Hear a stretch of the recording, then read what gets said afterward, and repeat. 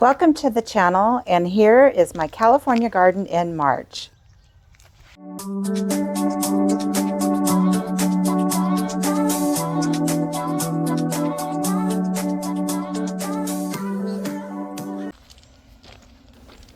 We received our first rain in March, and everything is looking great in the garden right now. The alyssum is blooming everywhere, and it just looks gorgeous. And look at this hellebore, so beautiful. I love that they come back every year, and they last a long time. And surprisingly, they're very drought resistant, which in California is a real big deal. So yay for hellebores. And the cherry blooms of some of the bulb plants have come up, and it's really wonderful to see. Some of my daffodils are done, but some of them are just opening up and they look gorgeous. I love daffodils. The spiral is looking really good, though this time of year you really can't tell it's a spiral because I have those little toad flax in the middle, and they're really pretty, and you'll see that in a little bit. They're really gorgeous. I love toad flax. This is a new tree, a new addition. I just planted it yesterday. I knew it was going to rain, so that's a good time to plant plants. In fact, in California, it's the best time to plant. Get those plants in the ground now when they're getting lots of water to the roots, and they can really grow and develop before the drought hits. And you know it's coming. And I'm really enjoying in the farm. I've got a lot of produce growing here, my leafy greens, and that's my favorite for salads. Got some sweet peas stuck in here for ornamental purposes later, so they'll be blooming. I didn't overdo it this year like I usually do.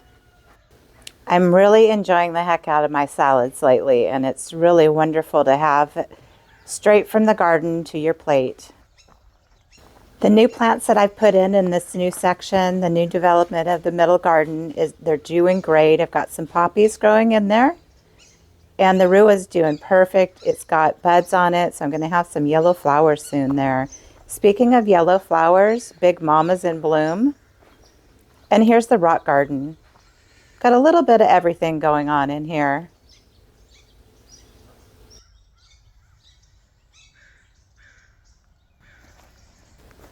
And my artichokes continue to grow and grow and grow, and I just love this area.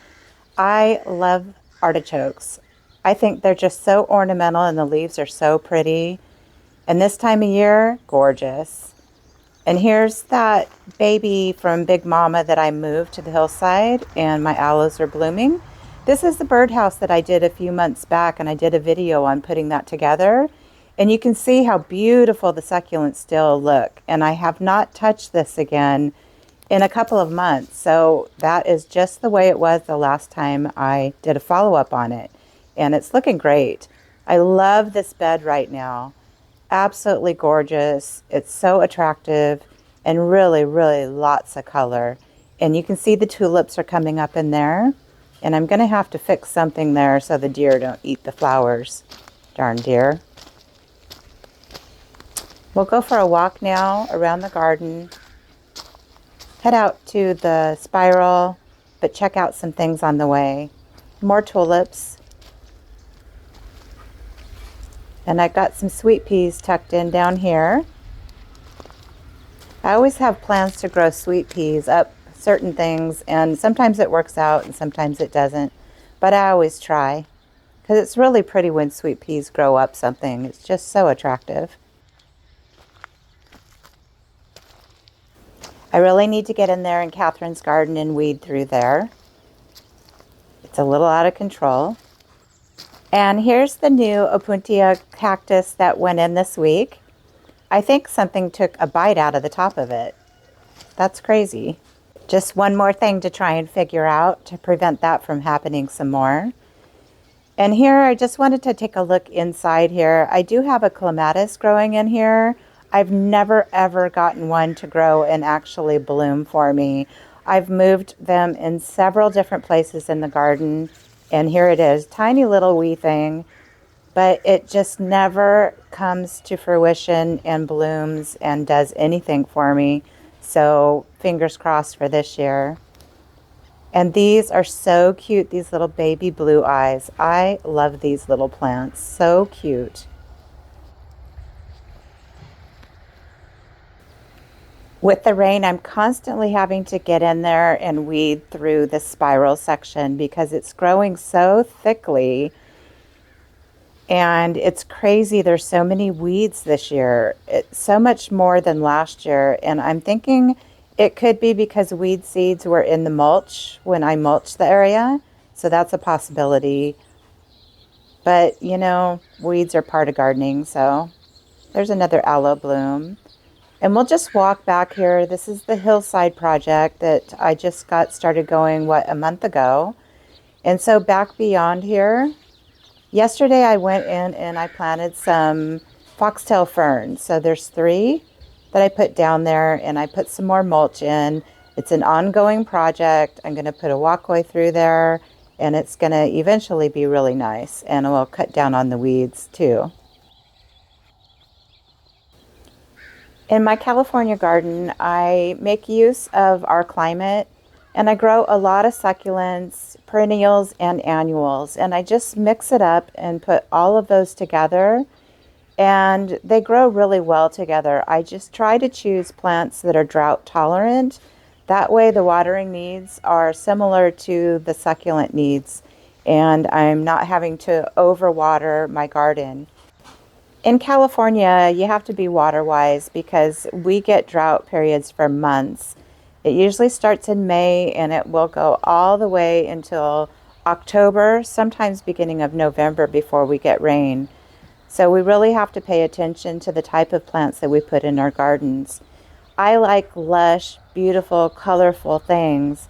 And so it's a real challenge to find the plants that are drought tolerant and mix with the succulents and have the same water needs. So it's something that I constantly am working on in my garden. The 4 raised beds I have here are really packed full right now, and I've got a lot that's going to be coming up and blooming. And we'll just take another look around the spiral. And these are some beautiful, beautiful daffodils and a calendula and alyssum. And here's the toadflax. This is what I'm talking about. I absolutely love this little plant. It's so beautiful. The colors are striking, and it just adds such a cute little flair to the garden.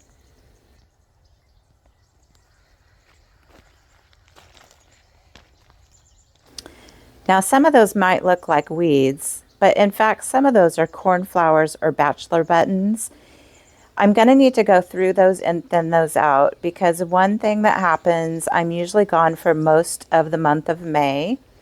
And when I get back, the cornflowers are crazy and overtaking everything, and it's just too much. So I am going to lower the maintenance that I need to do on those, and I'm going to go through and thin those cornflowers out so I don't have so many, and I'm not coming back to having to do loads of work, because with cornflowers you do have to do a lot of deadheading. So I'm just trying to prepare for that. So I'm going to go through the spiral, and I'm going to take out a lot of those cornflowers so that I just have little patches of a few.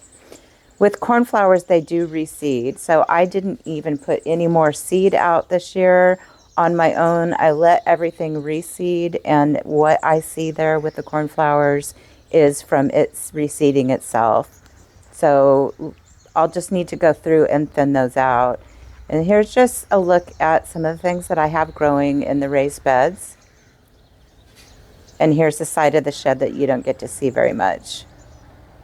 And another look at the garden.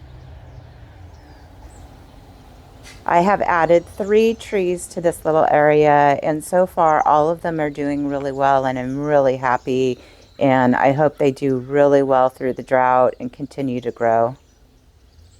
The rosemary is just striking. It's the first year that it's bloomed, and I keep thinking it's going to be done, and it just keeps blooming, and it's on month 3 in bloom and just gets more and more blooms and so vibrant. It's beautiful.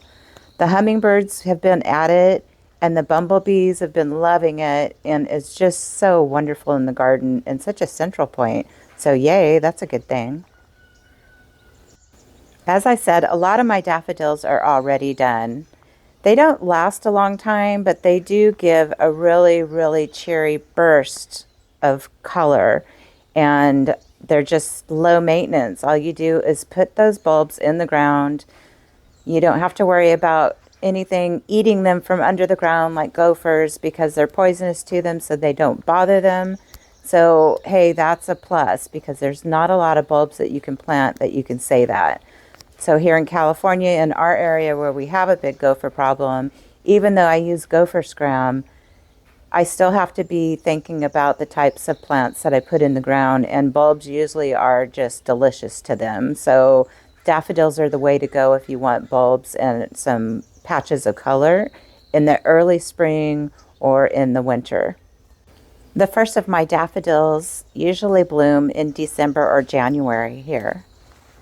But then I get a succession of different kinds of daffodils that bloom. So once they're done, I still have a little bit of color from some of the daffodils. And most of my grasses are dormant, my ornamental grasses. The purple fountain grass is dormant right now, but it will come back and it'll look beautiful. So there's the March California garden, and I hope you enjoyed it. Thank you so much for watching. And if you're not subscribed to the channel, please subscribe to the channel, and we will see you soon.